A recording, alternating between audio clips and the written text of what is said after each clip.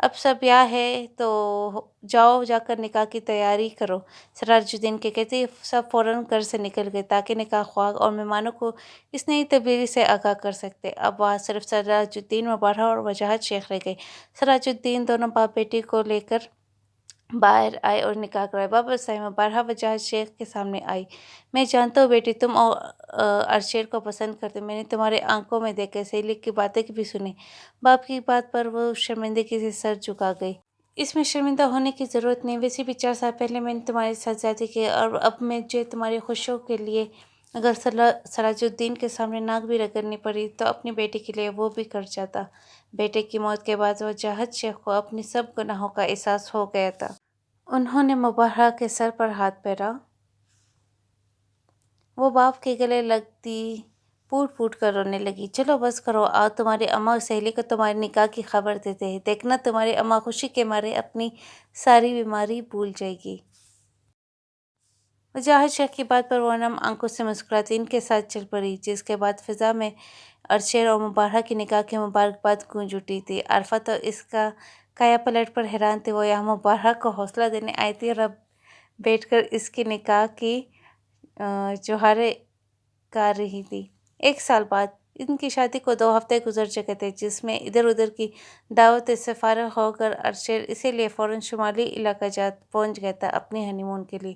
اس وقت بھی وہ دونوں حنظلہ کے مختلف مقامات اچھی طرح گھوم پھرنے کے بعد اپنے ہٹ کے پاس بنی چھوٹی چھوٹی پہاڑیوں میں سے ایک پر بیٹھے تھے، جب دور افق پر اڑتی پرندوں کو دیکھتے ہوئے یکدم مبارہہ نے گردن موڑ کر اپنے سے چند انچ کے فاصلے پر بیٹھے اپنے با کردار شریک سفر کو دیکھا اور پھر دھیرے سے اپنا سر اس کے شانے پر ٹکا دیا۔ ارشیر نے مسکراتے ہوئے اس کے گرد بازو کا حصار کھینچا۔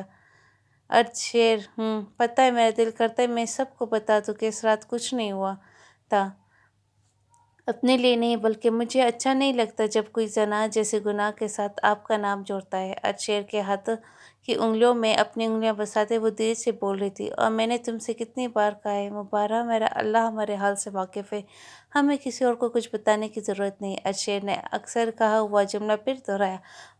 مبارہہ جب بھی سب کو بتانے کا کہتی تو وہ یہی جملہ کہہ کر بات ختم کر دیتا۔ ویسے آج صبح زینب کی کال آئی تھی، بتا رہی تھی پلوش اپنے شوہر کے ساتھ پھر آئی تھی، مگر اس بار بھی آسیہ پھپھو اور شاہد انکل نے انہیں معاف نہیں کیا۔ اگر آپ کو نہیں لگتا انہیں معاف کر دینا چاہیے، اس کی ذرا سا چہرہ اٹھا کر ارشیر کی رائے لینی چاہیے۔ ان کا معاملہ ہے، وہ بہتر جانتے ہوں گے، ہمیں ان کے بارے میں سوچنے کی ضرورت نہیں، وہ سرسری لہجے میں بولا۔ مبارہہ جانشین نظروں سے اس کے تاثرات دیکھ رہی تھی۔ وہ جاننا چاہتی تھی پلوشہ کے نام پر وہ کیسے ری ایکٹ کرتا ہے۔ ایسے مت دیکھو، مجھے فرق نہیں پڑتا پلوشہ کے ذکر سے، وہ دیکھ تو سامنے رہتا پر خود پر جب اس کی نظریں بھی محسوس کر سکتا تھا۔ آپ نکاح کرنے والے تھے اس سے، پر کیا تو نہیں، وہ بھی دو بدو بولا۔ اور ہاں، آخری بات بتا رہا ہوں، میں اس سے نکاح زینب کی خوشی کے لیے کر رہا تھا، محبت میں نہیں۔ اب کہ ارشیر کا انداز ٹپٹنے والا تھا، مبارہہ منہ بناتے واپس سر اس کے شانے پر رکھتے ہوئے سامنے دیکھنے لگی۔ ویسے بابا صاحب کو زینب کی رخصتی بھی ہمارے ساتھ کر دینی چاہیے، بیچاری عمر بھائی، انہیں دیکھ کر مجھے بہت ترس آ رہا تھا۔ لو جی، اب محترمہ کو عمر اور زینب کی فکر ستانے لگی ہے۔ ارشیر نے آنکھیں گھماتے ہوئے اس کے گرد موجود حصار کو مزید تنگ کیا۔ زینب ابھی پڑھ رہی ہے اور نہ عمر کی تو پوری کوشش تھی ہمارے ساتھ ہی زینب کی رخصتی کروا لے۔ عمر کی حالت سوچتے ہوئے ارشیر کے چہرے پر مسکراہٹ آ گئی۔ اسے خوشی تھی کہ پلوشہ کے واقعے نے زینب کی زندگی کو متاثر نہیں کیا تھا۔ ہاں، پر وہ کتنے اتاولے، بس ہم یہاں ہنی مون پر آئے، سب کے مسئلوں پر نظر ثانی کرنے نہیں۔ وہ چڑھ کر بولا، محترمہ کو سب کی فکر تھی سوائے ایک شوہر کے، آپ سے تو بات ہی کرنا بیکار ہے۔ مبارہہ بھی اسی کے انداز میں کہتی، سیدھی ہو کر بیٹھ گئی۔ ارشیر نے کن آنکھوں سے اسے دیکھا تھا، اس گزرے 1 سال میں یہ لڑکی سے کتنی عزیز ہو گئی کہ اب ایک لمحہ بھی اس کے بغیر گزارنا مشکل تھا۔ اچھا، ایک بات پوچھوں؟ واپس اسی پوزیشن میں آتی ہوئی معصومیت سے ارشیر کو دیکھنے لگی۔ نہیں، اس نے اپنی مسکراہٹ دبائی۔ اب وہ جانتا تھا اب میڈم منہ پھلا کے بیٹھ جائے کہ آپ مجھ سے محبت نہیں کرتے نہ جانے کیا سوچ کر وہ آج بول بیٹھی، اور جب بولی تو آواز بھر آئی، پاگل لڑکی، کس نے کہا محبت نہیں ہے؟ ہاں، میں نے نکاح بابا صاحب کے کہنے پر ضرور کیا، پر اس 1 سال میں تم میرے دل میں اس مقام پر پہنچ چکی ہو جہاں سے واپسی ممکن نہیں۔ اگر تم نے کبھی اپنی جگہ چھوڑنے کا سوچا بھی تو میری سانسوں کا تسلسل ٹوٹ جائے گا۔ مبارہہ کا چہرہ اپنے دونوں ہاتھوں میں بھر کر ارشیر اس کی آنکھوں میں جھانکتا اپنے دل کا حال بتا رہا تھا۔ محبت کا اظہار کرنے کے ساتھ ساتھ وہ اس لڑکی کے تمام شک و شبہات کو ختم کر دینا چاہتا تھا۔ تم آج جان لو کہ میری زندگی میں آنے والی تم پہلی لڑکی اور آخری محبت ہو۔ تم سے پہلے یہ دل نہ کسی کے لیے دھڑکا ہے اور نہ ہی کبھی دھڑکے گا۔ محبت سے کہتا ہوا اس کے ماتھے پر اپنی محبت کی مہر ثبت کرنے لگا۔ مبارہہ نے پرسکون ہوتے ہوئے اس کے سینے پر سر رکھ کر آنکھیں موند لیں۔ وہ جو اس ایک رات کی اسیر ہو چکی تھی اب ساری زندگی کے لیے ارشیر کی قید میں رہنا چاہتی تھی۔ ہم جو محبت کے فقیر تھے کہ ایک تیرے ہی مریض تھے، ہمیں طلب تھی فقط تیری کہ ہم ایک رات کے اسیر تھے۔ جی یہ تھا آج کا ناول۔ اگر آپ لوگ کو پسند آئے تو پلیز میری ویڈیو کو لائک کر دیں، چینل کو سبسکرائب کر دیں اور کائنڈلی کمنٹ میں اپنے ریویوز بھی دیجیے گا۔ باقی اگر ریڈنگ کرتے وقت کچھ غلطی ہوئی ہو پروننسیشن میں تو اس کے لیے معذرت خواہ ہو۔ اپنا خیال رکھیے گا یوٹیوب فیملی۔ اللہ حافظ۔